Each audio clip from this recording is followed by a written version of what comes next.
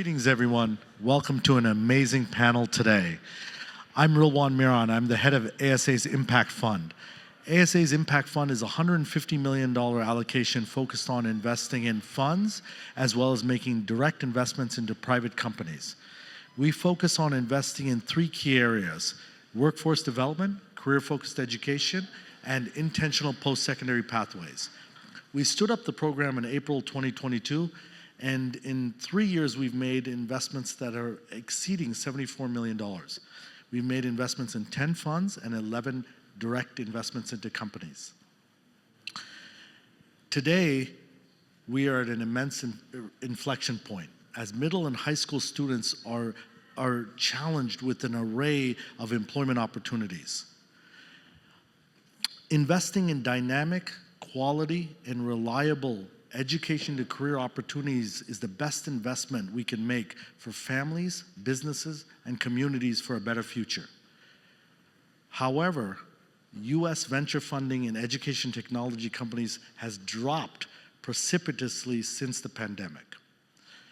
On the flip side, solution providers today are offering some of the most innovative solutions integrating AI, VR, and XR in the hope of scaling career-based learning with technology. But as they're offering new technologies, they're increasingly facing barriers of adoption. With that, let's dive right in. I would like each of our panelists to introduce themselves and also tell us what their firms are working on in addressing career-connected learning solutions. Mark, we're going to start with you. Thanks for having us. Good morning, everybody. New Markets Venture Partners is a 24-year-old venture fund. We're in our fifth fund, focusing on high-efficacy interventions that help people move from the next level. So third grade literacy, sixth grade math, career and college ready in high school graduation, alternative pathways, high-stakes credential, or getting through universities with low debt, extra credentials. And then we do some work in the workforce around skills-based hiring and those sorts of things. The career focus for us has recently begun to integrate every single thing we do. So there's some direct things that I would say would be applicable, like a boot camp or a skills-based hiring platform for enterprise, different sort of pathway programs that we invest in. But what's interesting is things like our dropout recovery and credit recovery. The school districts now are demanding career and college pathways for their students as part of this intervention. And we'll talk about challenges, but I'll leave it at that. It's now part of every intervention that we're investing in, kind of like AI is part of everything. So some are career and college first, and even if it's not career and college first, increasingly there needs to be a solution in that regard. Thank you, Mark. Oliver? Hi everyone, I'm Oliver. I'm one of the co-founders of Springpod. So we recently joined ASA and flipped to a US company in October of last year. Our mission is quite simple. We aim to give every young person access to meaningful work-based learning solutions. We do that virtually. And the reason for it is we believe students in high school need to access experiences to help them make informed and confident decisions about their career paths. We've had over 1 million students in the UK go through our programs with the likes of Amazon, Barclays, Siemens, and Airbus. And we're really excited to launch in the US to try and tackle the same gap that there is here that there is in the UK. Matthew? My name is Matt Chaussee. I'm the CEO and co-founder of CareerViewXR. And at CareerViewXR, we've created a library of immersive media experiences that are all filmed in the real world using virtual reality cameras. And then we create web-based tours that can be accessed on any device. So VR headsets are optional. These can be accessed on desktop, tablet, and mobile, interactive touch panel in the classroom, bringing real-world job sites into the classroom to give students an authentic glimpse inside of what a day in the life of these different careers are. Our goal is to create broad level awareness for students about what these careers are so that they can be more effective and confident in the decisions about the pathways that they want to go down. Wayee? Hi, everyone. My name is Wayee Chu. I was here 16 years ago when it was about 40 people, so and actually it took a bit of a gap, so it's really exciting to see all the interest around future of work in ed tech. So Reach Capital, we have about 600, is an early stage venture fund. We have about 600 million under management. We are investing out of Fund 4. It's a $215 million fund. We support entrepreneurs at primarily the seed and Series A stage. We invest across what we call the intersection of learning, work, and health.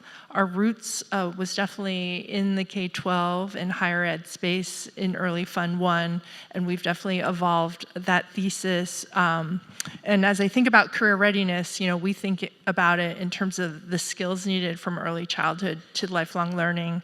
And in this current AI environment, I think what is so exciting is that we are all learning to learn and work again, and we're all in the same boat. And so I'm excited to dive into what that looks like as well going forward. Thank you, Wei. When you think about all these innovative solutions, AI, XR, and VR, what are some of the challenges in adoption, right? These are technologies that are going to change the way we learn and think. But what's holding us back? Mark. I think I would answer that from the kind of state, school district, and employer level. Inside the school districts, I think the prioritization is still lacking. Even in school districts which is most school districts, the majority of the kids are not necessarily college bound. The focus of the curriculum is college focused. So getting some airtime for vocational experiences is really challenging inside these classrooms where the curriculum is highly dedicated to, I don't know if calculus should replace having some job skills, but that's currently what's happening. So we have some legislators fighting for some room in the curriculum for more vocational ed, but it's not very ubiquitous. So when we see companies that are trying to fight for that time, it's a tough fight to get in the curriculum. On the state level, we've invested in some companies that try and put these, I'm an old guy, so I call them portals, right? Where they're these career portals. And unfortunately, I've heard them referred to as a $500,000 PR press release from a governor, right? So the governor's got a portal, we've solved our career in college thing, it's a 3-year contract, and then kind of the wind blows through it. Like, what's the real engagement? What's the real outcomes? Those have been challenging. And then at the employer level, again, we can talk long about this. There's been a movement from 400 corporate universities to 2,000 in the last 10 years, but they're still not leaning into talent pipeline engagement. So whether it's project-based learning with schools or apprenticeships or some sort of farm team work where they're leaning in and building this pipeline, I've not seen much scale. So I've seen challenges from the K-12 world, from the state world, and from the employer world to really get this moving, which we all recognize needs to happen. Great. Oliver? Yeah, I completely agree on the curriculum part. We see that day in, day out really is trying to not work-based learning not being an initiative which is just co-curricular, but trying to be something that's actually embedded. And I think it comes back to the impact of it and actually being able to demonstrate the return on learning for the students and how that is better to other ways of delivering curriculum as well. So I think curriculum is definitely one part, but yeah, I think it's also around how do we get better at reporting on the impacts that those learners are actually having. Great. Matt? Well, for us in the VR space, some of the barriers to scale have been just access to hardware, accessibility of the content, affordability, which is why we've worked really hard to make sure that what we provide meets teachers and students where they're at with the devices they have in the classroom, and that it can be an entry point so that they can start seeing the value in these technologies. Once they see the value and they can build a small successful program, it's easier to build on that success than to try to implement a massive portal out of the gate, right, to Mark's point. And that's really kind of what we've been focusing on, and we've worked to help support those things by creating content that is not dependent on VR hardware, by creating professional development coursework that helps educators get familiar and comfortable with using the technology, and even working directly with industry partners. And well, we're based in North Dakota. We've got a big campaign, or I guess we're working with the North Dakota legislature right now on a public-private partnership that would help secure and really entrench the adoption that we've gotten in our state, and we're hoping to replicate that in other markets. Great. Wayee? Yeah, I don't have much to add, and would I double down on your point around building trust around the technology. So, typically in K-12 and corporate, Mark covered the go-to-market challenges of decision-making and adoption.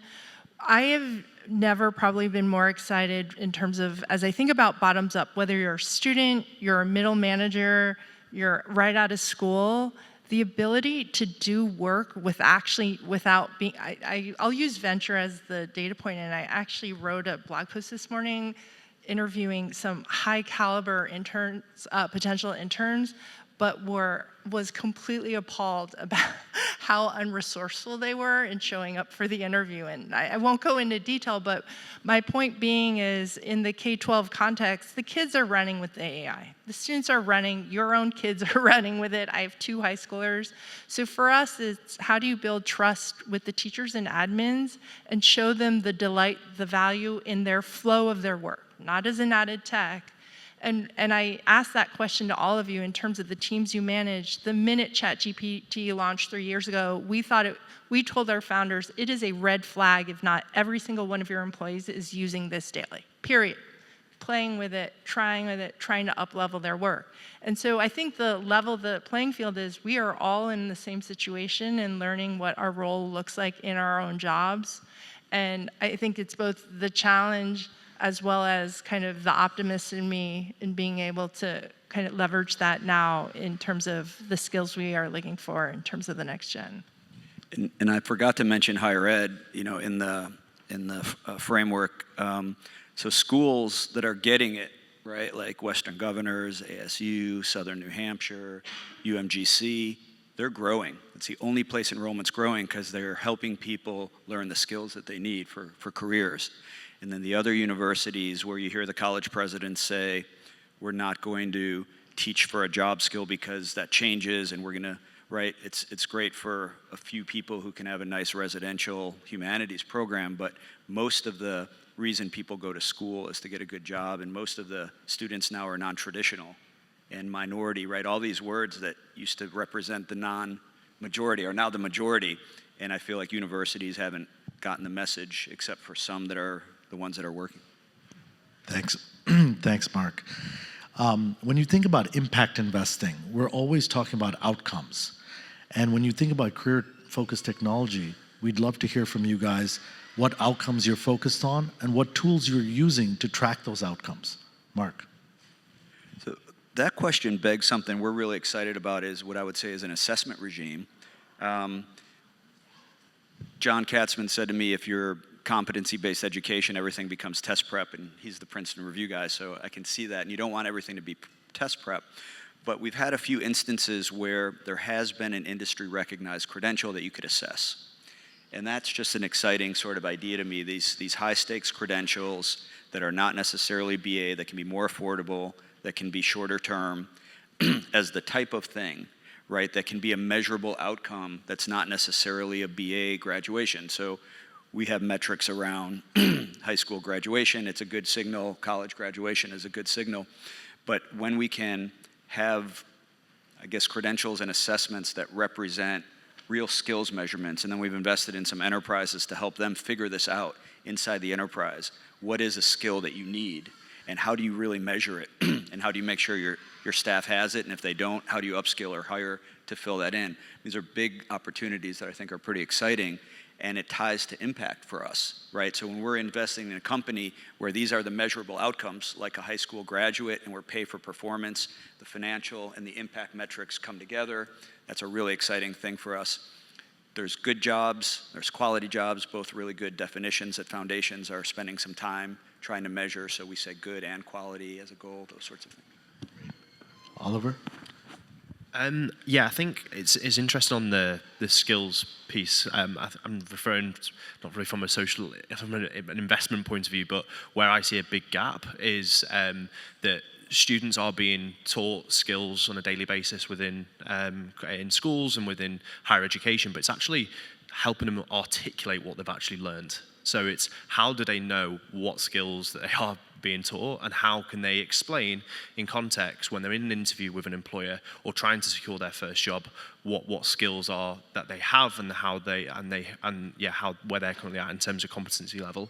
I think that's where there's a big gap in terms of, in particular, from a careers education point of view, is really helping them identify those particular skills.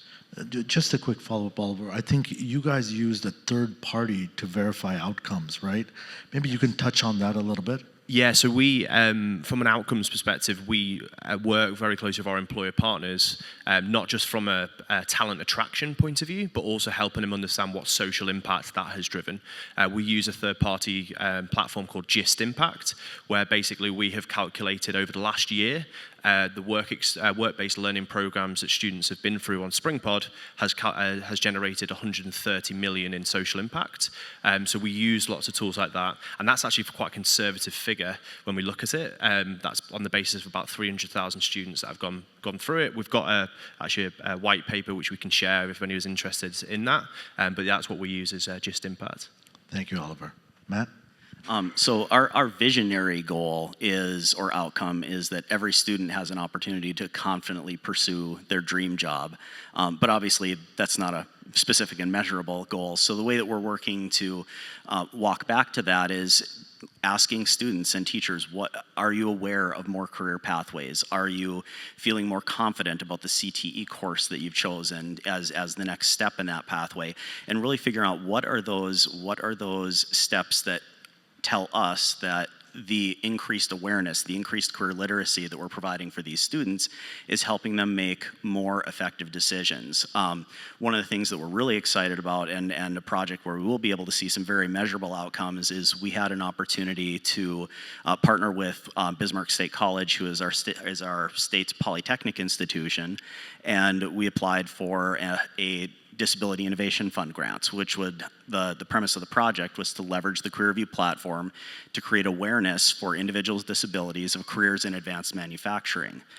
We're just getting that project kicked off the ground. Year one will be finding opportunities where awareness is the primary barrier that is keeping someone with a disability who's very capable of working out of the workforce. There's not it is a perceived barrier, not an actual one. So we're really excited to see how does awareness impact that.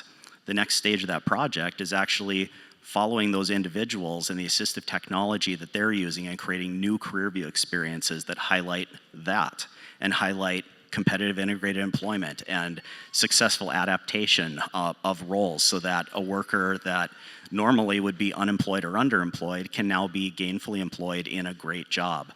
We really feel that awareness is a critically important missing factor, and we're doing what we can to figure out what measurable outcomes that looks like. Ultimately, though, it's more people enrolled, or more people employed who were not previously, and they're very satisfied with the work that they're doing. Thank you, Matt. Wayee? Well, we measure outcome. We try to really be very context specific to the company. So what I'd say broadly is measurement around, I see thousands of future work companies a year, and career placement at scale and career mobility, and are probably the two driving factors that we would love to see in terms of an ideal investment. So you could look at kind of EdTech 1.0. Handshake brought the network of corporates to schools and access to jobs, right? That was an important tech-enabled platform to bring access. You know, we all, or I'll speak for us, we had a lot of learnings with the boot camps and reskilling around both career placement as well as financing. And I think there are a lot of lessons learned as we look forward. Now, I'll use one example. I just met with one of our companies, Major League Hacking. They have two forms of business models. They are one of the largest hackathon organizers across universities across this country. And so they have this massive talent pool, but they also have a very active fellowship program. And the big question I think we're all asking in our organizations of what entry-level skills look like, they're measuring it from a technology standpoint. So they're placing entry level into Meta and Google and really helping define the industry of what are we assessing now, what does that skill set look like. And so I'm super excited for them to be on the forefront of having incredible employer partners to drive what that means, to be on the ground at universities to help hopefully drive curriculum and coursework around it.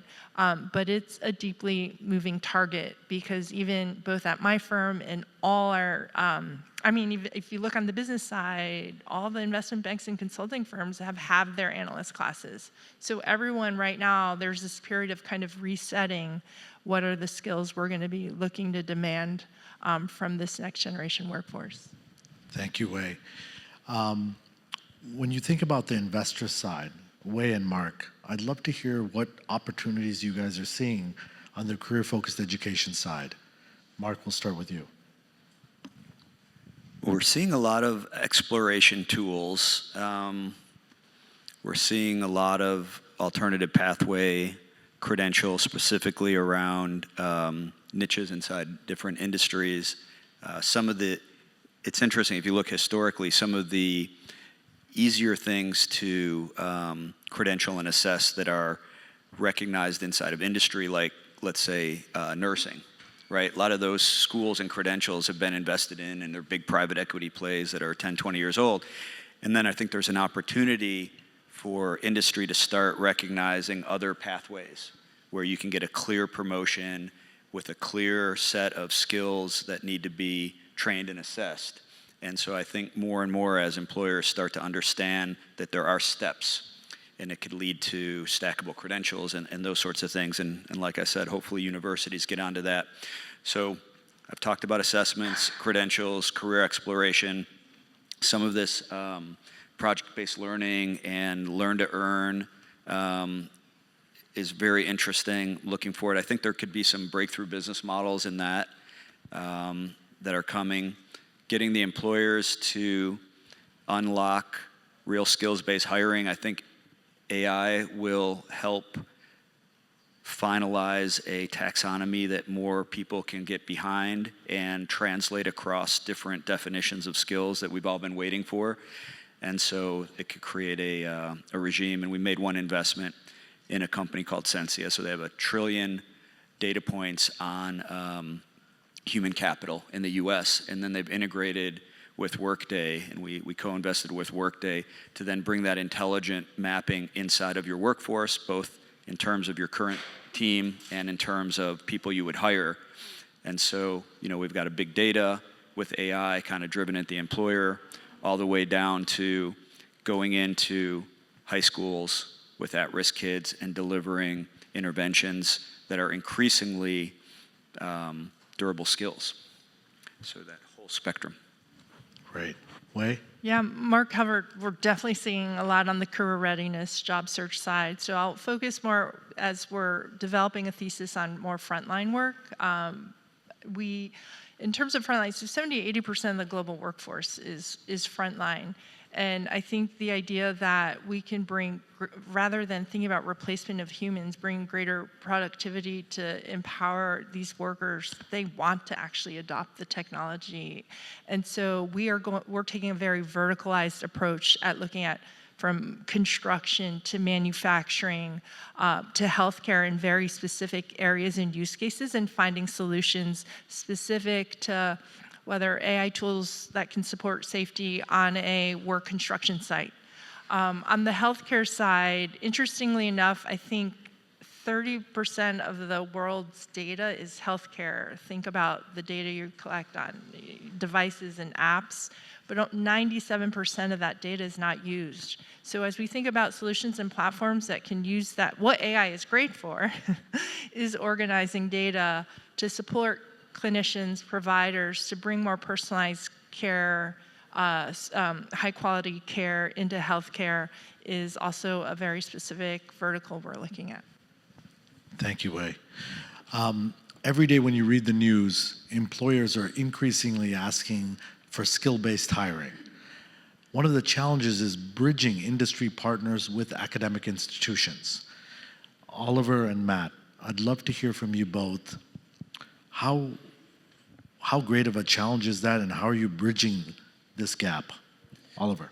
Yeah, so the way that we believe we've solved the challenge is by really thinking about what the actual driver and the need from an employer's perspective is. It's talent pipeline and trying to engage with young people earlier in the pipeline.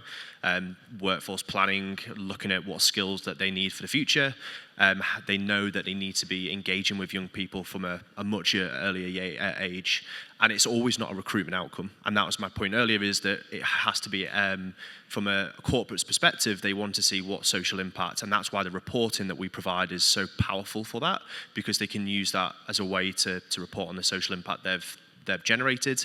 But then also we have solutions for those corporates which actually allow them to keep those students engaged throughout their education, and to then ultimately select the particular students from their talent pool to invite them for a internship or like a fast track for an interview. So that's how we're approaching it, is by really understanding the pain points from the corporates directly, and then what we're able to do is, once we have them on board, we can develop more learning experiences which then can be made accessible to schools and to high school students. Great. Matt? So for us, our perspective on skill building is that learning a skill is more a factor of motivation than it is of ability. And we're really focused on, at CareerViewXR, creating those experiences that are going to explain the why to students. Why is math important? I'm just going into construction.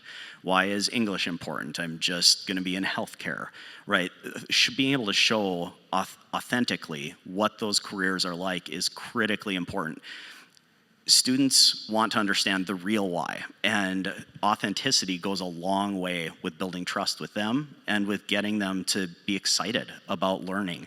And a way that we've really been doubling down on that is by building industry partnerships. In our own state of North Dakota, we've had CareerView deployed. We started a pilot project 5 years ago. The last 2 years, we were deployed across middle and high schools through a legislative appropriation. Now we're working on building an education and industry public-private partnership where industry partners are providing access for high school and higher education. Our organization will provide access for middle school and continue producing content. And then the state is looking to come to the table with dollars to provide access for elementary schools. A big part of that is not just the creation and distribution of the content, but the partnerships that form out of the activity of all of that happening. So we're seeing some really good success in our home state, and we're working to replicate that on a national level. We actually, just a couple weeks ago, launched our first partnership with a national association, the National Society of Professional Surveyors. We took on the expense of creating a professional surveyor experience, which is important because when students are asked if they want to be a surveyor, they're like, well, no, I don't want to be walking around with a paper and pen and asking people questions that they don't understand. They haven't experienced it, they haven't seen it, so they don't know.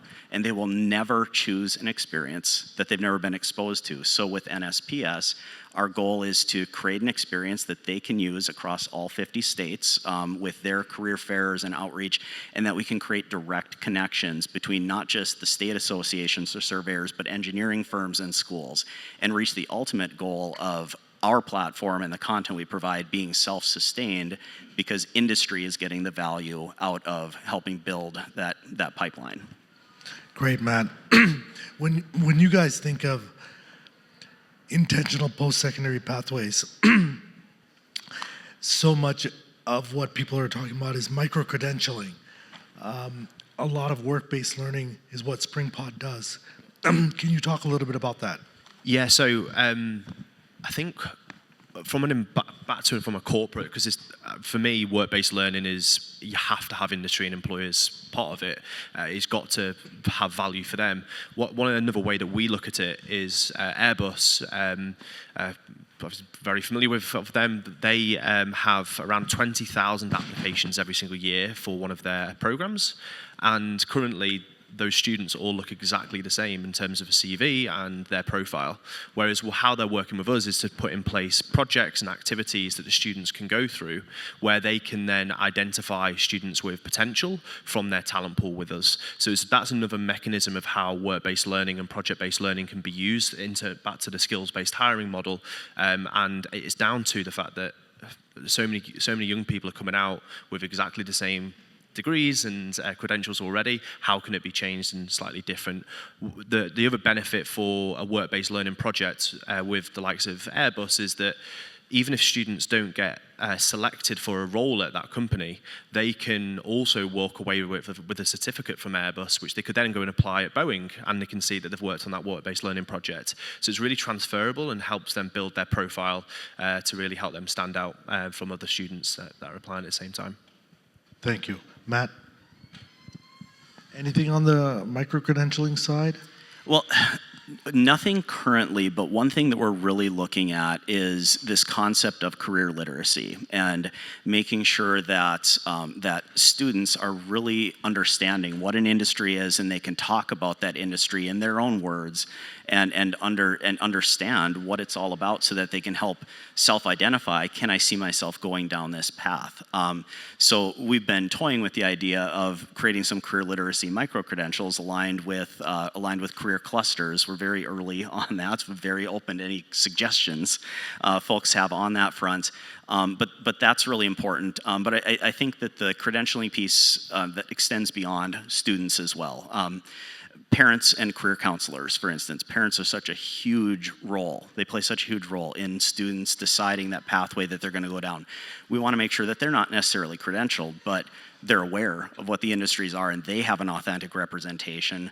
For our career counselors, we've tasked them with an enormous job. They are supposed to guide these students into the right pathway. And they've been equipped with a teaching degree, some student teaching. In rural communities, they've been tossed into an entry-level role, and they've said, guess what? Now you're the career counselor too, because it's the hot potato at the school. And our students deserve more than that, and it's been that way because there has not been a really calculated move toward how do we make sure that career counselors as well are really up to speed. And that's something that we're working to. We want to make sure that the educators and the career advisors, career counselors are informed enough that they can make sure those students are also career literate. Thank you, Matt. Wayee, anything on the micro-credentialing? No, I don't think I have anything to. Okay, Mark? Okay. When you all think about the predictions for the market in 2025, I'd love to hear from the investor side, Mark and Wayee, what your predictions are, and from the technology and access side, Oliver and Matt, what your predictions are. Mark, you go first. So the stock market is going to go up and it's going to go down. It's going to go up and it's going to go down. We can bet on that. Predictions for... trying to be inspiring. It's going to be tough. We've had a couple years of post-COVID headwinds, and I think that's going to continue in the current environment of uncertainty. So, I think the good news is the highest ROI, measurable improvements in student outcome deals will get funded, and everything else is going to be tough. And those same companies will get adopted by limited K-12 budgets and higher education institutions with declining enrollment and state budgets that are losing federal funding. So... the bad news is, so we have, we have plenty of capital to deploy. There's a bunch of dry powder out there for entrepreneurs. It'll continue to have really high bars. I would recommend as much third-party efficacy as possible. So the new environment will have less regulations. There'll be more choice available at K-12, more innovative models. I think there might be some short-term Pell that could be really exciting. Increased focus on workforce. I think some of the budget priorities could change. maybe there's a weird opportunity to have a little bit of a incentives for employers to lean in and to build a culture like you have in the UK that's a little more embracing of the workforce and some job training. In the state of Maryland, we have a $2 billion budget for college subsidies, and we have a $200 million budget for workforce training. We have some legislators really working to flip that. And we have a new program in all the schools where you can do a second year of driver's ed and you get a commercial driver's license, right? Things like that are moving. And a recognition that only 85 kids out of 100 graduate high school. So let's address those 15 kids. Only 56 of those kids enroll in college. Only 40 of those kids persist in college, and only 28 graduate, and only 15 get a job that requires a BA. And the more conversations we have like this, and in a, we live in ground zero in Maryland of NIH and CDC and USAID, so it's been a tough world, but there are some opportunities, I think, for some change. And maybe the chaos will result in some out-of-the-box thinking that serves the kids, so I'm hopeful. Great. Thank you, Mark. Oliver? Yeah, so I guess for me, it's that work-based learning is here to stay. I think the way that it's gonna, my prediction really would be that there's not ever going to be enough in-person work-based learning opportunities with employers. It's an impossible task, always a supply and demand issue. So there's going to be more hybrid models that pop up. The way that those hybrid models will work is by the solution providers that can really demonstrate the impact to these employers. Business impact being from a social impact perspective, but also from a recruitment perspective as well. So I think it's basically the solution providers that win have to really demonstrate the value to the employers. Otherwise, they're not going to continue to invest into work-based learning, which is then going to have a greater impact on the young people. Great. Thanks, Oliver. Matt? Yeah, I think for us, really, the path to consistency, sustainability in whatever market we're in is really relying on those partnerships that we're building. That is the scalability factor for us. I know there are a lot of organizations that are saying, oh, we're gonna have to throw a lot of stuff against the wall to see what sticks. We're gonna have to expand our offerings so that we've got a lot of flexibility. We have decided as an organization, we're gonna hone in and get even more focused on the one thing that we do great, and we're gonna focus on how do we tie that in with the other amazing things that others are doing in the space. We've got a great solution that solves one very specific purpose, and we know that it can be a really great stepping stone for a lot of the other amazing work that others are doing. So that's how we're looking to weather the storm or ride the roller coaster, right, if you will. Great. Wayee? I like when Mark goes first because he can lay out the bad news, and I can be the delusional optimist that I am. I think we're living in venture this bifurcated world of where the public markets are and where AI companies are being funded, and it's not just a Silicon Valley phenomenon. It is across. The founders are experiencing anyone building in tech. So the way we balance it, I will lead with our team is very diverse in our perspectives and how we think about education, which I think makes us make better investment decisions. So as we think about K-12, Mark alluded to the parent choice piece. This is not a red or blue state issue anymore. There are parents just very dissatisfied with the existing system. How do you support infrastructure while working with the public school system as well? And so we both invest inside and outside the systems. That goes to higher ed as well. We invest in a lot of solutions to support four-year universities, knowing very well there has to be way more options and alternatives to support what learning and building skills looks like. So the cop-out is we are very diverse in our investments and want to be super thoughtful. What I would say, I keep bringing it back to AI. It is so top of mind for me, and I talk to, I swear I think I talked to maybe 100 undergrads over the last few months, and I want them coming out optimistic because honestly, they're acquiring the tech a lot faster than me. You know, my junior associates are now rethinking our HR, our legal, and our CRM processes way faster than and I kind of have to encourage everyone to have the mindset of like out-hire yourself on this one. Because, you know, if you are at a progressive organization, they will find a role for you and your expertise. But, you know, it may sound slightly ageist in that it is the young users that are adopting this way faster than we are, and we should learn from them and support them and bring, you know, our more experience to that skill set. So I'm really trying to keep that kind of those kids coming out of undergrad and even high school highly optimistic about the future, because I do think while there may be, and I hesitate using the word displacement of skills in the short term, like every new technological change, electricity, internet, mobile, it unleashed a whole new set of industries that they are going to be the future talent for, not us. And so I'm actually very optimistic right now. Great. Well, thank you, everyone. What an exciting panel. Give us a panel round of applause.